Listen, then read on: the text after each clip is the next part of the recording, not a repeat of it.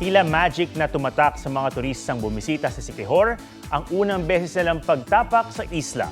Port pa lang kasi, malinaw ng maganda itong pasyalan.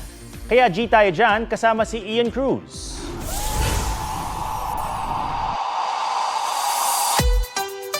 No filter ang kuha, pero ang tubig parang filtered.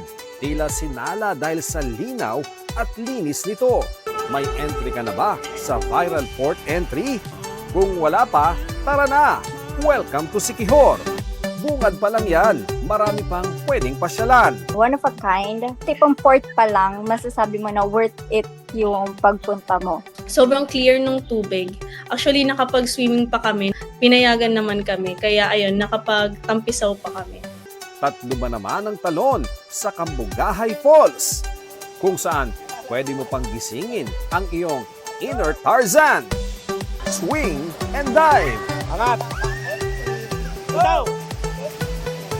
Diving ba? Cliff diving na sa Pitogo.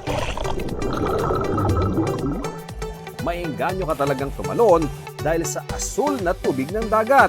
Huwag nang magpapalit-palit ng isip. Sa Paliton Beach, sure na mag-enjoy ka. Puting buhangin at mahabang baybayin. Sulitin with super swing with matching todo effort na human drone. Ni-enjoy lang namin yung bawat moment namin, yung bawat oras namin. Yung 3 araw na nagstay kami doon, kulang pa siya. I feel the magic of the island talaga. Ian Cruz nagbabalita para sa GMA Integrated News. Huwag magpahuli sa mga balitang dapat niyong malaman. Mag-subscribe na sa GMA Integrated News sa YouTube.